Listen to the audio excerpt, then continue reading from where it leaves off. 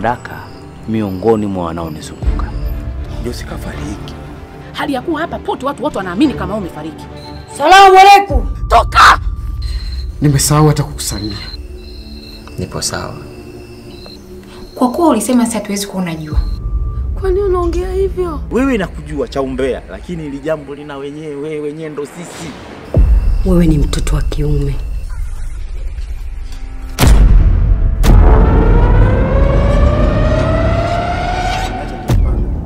Mimi sijafahamu bado. Ujio wako na hali ambayo uliokuwa nayo ni kwa sababu mume wako ameondoka yapata wiki ya 3 au kutokana na mauaji ambayo yanaendelea hapa kijijini kwetu.